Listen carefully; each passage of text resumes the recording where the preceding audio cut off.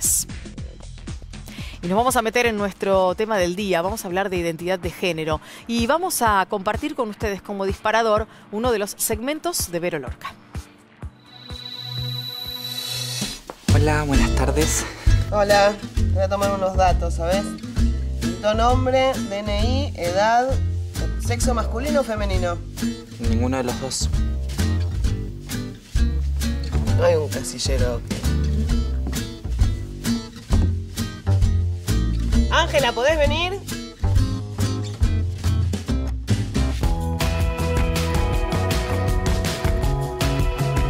Las mujeres sufrimos un montón de prejuicios y estereotipos. Y cuando digo mujeres, estoy hablando de mujeres heterosexuales. Porque si además tu orientación sexual es otra, o tu identidad de género no coincide con los genitales con los que naciste, estos prejuicios se intensifican. Muerto, pecho frío. 3, un hijo nuestro, dale, 3, se comieron. ¿Y esta? ¿Y esta? Esto, ¿Qué haces otra acá? Tómatela, Tómatela, no salí existí. de acá, no existí. Fuera. No existí.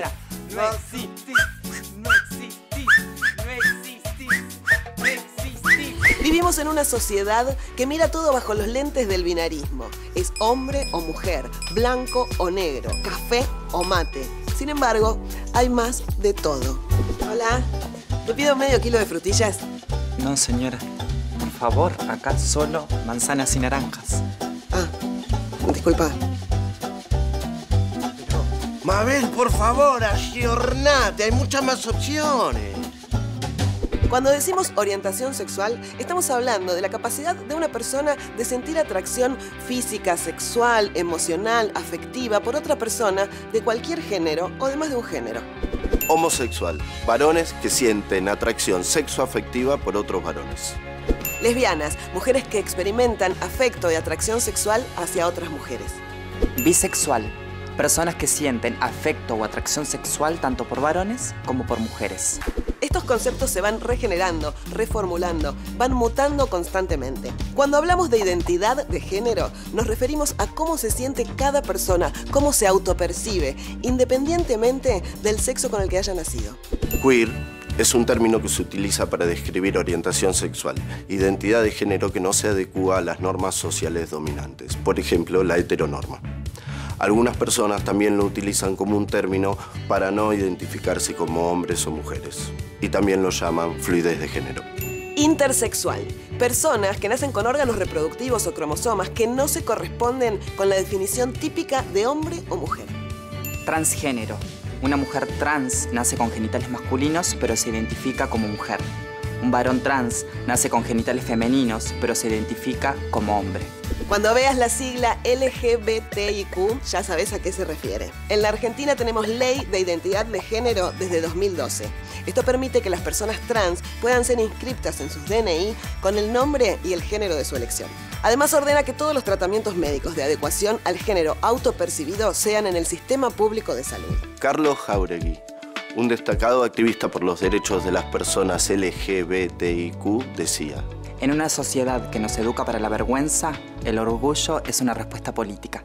Sintamos orgullo de lo que somos y de lo que elegimos ser. Sintamos orgullo por nuestras luchas, por el fin de la violencia, la discriminación, los prejuicios y los estereotipos. Una genia Vero Lorca, ¿no? Con estos segmentos que siempre nos ayudan a regenerar conceptos y me quedo con un pequeño momento de aquello que ocurría, de todo lo que pasaba en este informe, que tiene que ver con el tema del binarismo y de los blancos o negros en una vida y en un mundo donde los grises son tan lindos y donde deberíamos empezar a aceptarlos mucho más profundamente. Hemos empezado un camino, nos falta mucho por recorrer y hoy vamos a conocer la vida de Vida, justamente. Bienvenida a nuestro programa, gracias por estar aquí, Vida Morant. Un placer. Al contrario, muchas gracias. Bueno, Vida es educadora, actriz, dramaturga, activista trans. ¿Cómo ha sido tu vida a lo largo de todos estos años desde tu momento de identidad de género y desde el momento en el que vos empezaste a transitar este camino hasta hoy, en que nos encontramos aquí en este living charlando? Bueno, es interesante esa pregunta, sobre todo en lo que refiere a la identidad de género. Todas las personas tenemos identidad de género. Claro. Lo que nos vuelve distintas en nuestra construcción identitaria a las personas trans es que fuimos interrogadas acerca de esa identificación. Sobre todo en la primera infancia, donde uno no puede poner en palabras términos conceptuales que después aportó el activismo y el avance de la sociedad.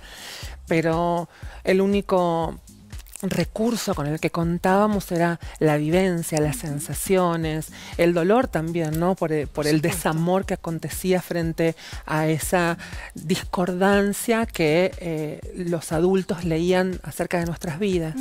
Y en esa lectura de los adultos acerca de la vida de cada una de las personas como vos, que han debido transitarlo de esa manera, ¿cómo fuiste encontrando vos aquellos que te acompañaron en el camino para efectivamente convertirte en quien sos hoy?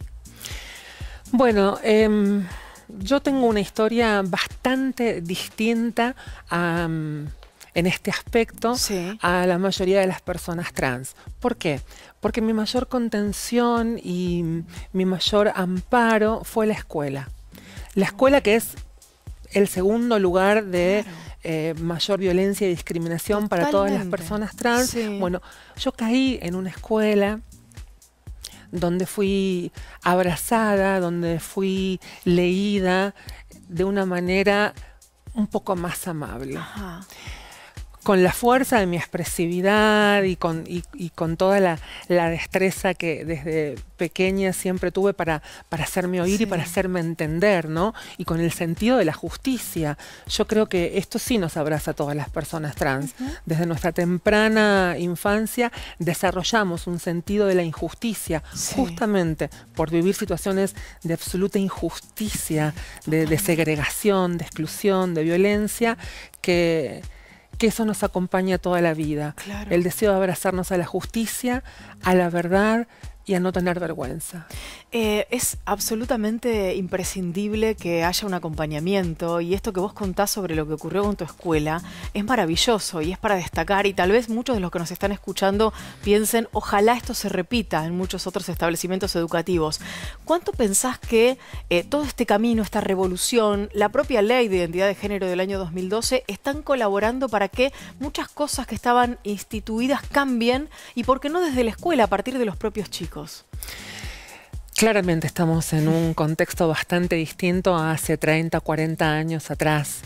Y la escuela siempre tuvo esa oportunidad de oficiarse como salvataje o como atajo hacia una vida con mayor dignidad, con mayor empoderamiento, con la posibilidad de abrazarse a una seguridad, a constituir una autoestima que nos pueda servir para valernos en la vida. Yo siempre cuento lo mismo, nunca existió un decreto o un cuerpo de gendarmes o de guerreros en las puertas de las escuelas ni de los hospitales que nos prohibieran la entrada. Pero sí acontecía muy fuertemente que el contexto y los abordajes de incomprensión, de montar un aparato de lectura regido por un guión cultural que determinaba y que empujaba a leer lo que era normal, lo que se distinguía de lo bueno, de lo malo, fue poniéndonos en un lugar siempre por fuera de estas instituciones. ¿En quiénes encontraste el mayor amparo en ese trabajo para hacer que se pudiera quebrar esa lectura cultural y que todo pudiera empezar a estar bajo la misma perspectiva, que todos pudieran ser iguales en esas aulas, en esos años de colegio? ¿Dónde encontraste esa contención? Bueno, todo lo que no encontré en mi casa, porque mis padres eran como muy duros en relación a este tipo de lectura, lo encontré en mis maestras, lo encontré en mis compañeritas, en las familias de mis compañeritas que iban como amparando y acompañando, con cosas por ahí que en su momento una no razonaba como tan significantes, como amparar un juego donde una se pudiera disfrazar, donde una pudiera ejercer cualquier rol sin que nadie le diga, no, vos de la Mujer Maravilla no podés hacer. Exacto, no está bien. Claro. Qué bueno esto que contás, y me imagino que para vos y para ellas y para esas familias también debe haber sido muy importante haber podido colaborar con tu camino y con construir tu personalidad y con poder sentirte querida, ¿no? Sí, bueno, con lo que nos aporta ahora la tecnología, las redes sociales, yo realicé minuciosamente el trabajo de intentar reencontrarme con todas las maestras de la primaria que pude. Sí. Y tuve la suerte de encontrarme con la más amada para mí, con la que me ofreció más protección, que es mi maestra de 5º grado, la señorita Viviana. Y hoy miramos juntas desde esa misma perspectiva que compartíamos. Y ella me pregunta, ¿pero qué te habré dado yo para que vos me recuerdes con tanto amor? El sentido de la esperanza y el empoderamiento para perseguir la libertad. Uf, nada más y nada menos. Nada más y nada menos. Así que señorita Viviana ha hecho mucho, claramente ha hecho mucho. Seguramente desde el corazón, y por eso ella no lo sintió como algo diferente o como algo extraordinario. Y sin embargo para vos lo fue. Me quedo pensando en muchos pasos que se han dado en estos últimos años. Vuelvo a mencionar la Ley de Identidad de Género en 2012. Hace muy poquito tiempo supimos que la ley de cupo trans en la provincia de Buenos Aires fue reglamentada y existe, es una realidad. Digo, frente a las expectativas cortas de vida de las personas trans, ¿cuánto significa que estas leyes de cupos permitan, por ejemplo, entre otras cosas, tener un trabajo como el de cualquier persona? Bueno, significa un montón, algo que desde las organizaciones sociales hemos insistido muchísimo. Yo integro la Federación Argentina LGBT y durante estos años, digamos, desde que la ley fue aprobada, la ley de cupo laboral trans, fue muy difícil lograr que se implementara y fue gracias al trabajo de las organizaciones y de los activistas que se fueron haciendo pequeñas conquistas aisladas en distintas ciudades, municipios de la provincia de Buenos Aires y en otras provincias. ¿Y qué significa esto? Bueno, hace un rato en el informe estaba pensando en la ausencia constitutiva de las mujeres en el escenario laboral de las empresas, del Parlamento, del empleo público y privado en general. Bien, esta pregunta por ahí la podemos organizar con otras preguntas, como para obtener una respuesta. ¿Cuántas personas trans hay en esos escenarios? Es verdad, y es una pregunta que nos queda con respuesta pendiente, porque el número seguramente será mucho más bajito de lo que podamos querer y lo que podamos desear, claramente. Imperceptible. Vida, esos sueños que aparecieron en algún momento, ¿se fueron cumpliendo? ¿Te quedaron sueños por cumplir? ¿Y cuáles son en este camino? ¡Ay, qué difícil! Yo creo que la sororidad, una palabra tan hermosa y tan novedosa, pero no novedosa en relación a las vivencias. Siempre nos acompañó a nosotras ese sentido de hermandad. Y me parece que un sueño cumplido sería no ver más vulnerabilidad en los ojos de ninguna persona trans, no ver que mueren de hambre, que mueren víctimas de violencia de género, que mueren sin haber obtenido nunca el reconocimiento de la inserción en el ámbito del trabajo, que no fue víctima del descuido, de la ausencia del Estado en proteger su salud, en brindar herramientas para poder defenderse, como lo es la educación. Y que nadie sienta vergüenza de nosotras, de caminar por la mano en la calle, que nadie sienta vergüenza de poder decir estoy enamorado o enamorada de esta persona trans, digamos. Eso es un sueño que viene cumpliéndose a poco, pero que aún falta un poquito más. Bueno, por esos sueños y por más señoritas Viviana en esta vida. Gracias por haber venido, Vida, un placer. Gracias por escuchar mi voz. Nos vamos a la pausa con Voz Propia, ya volvemos.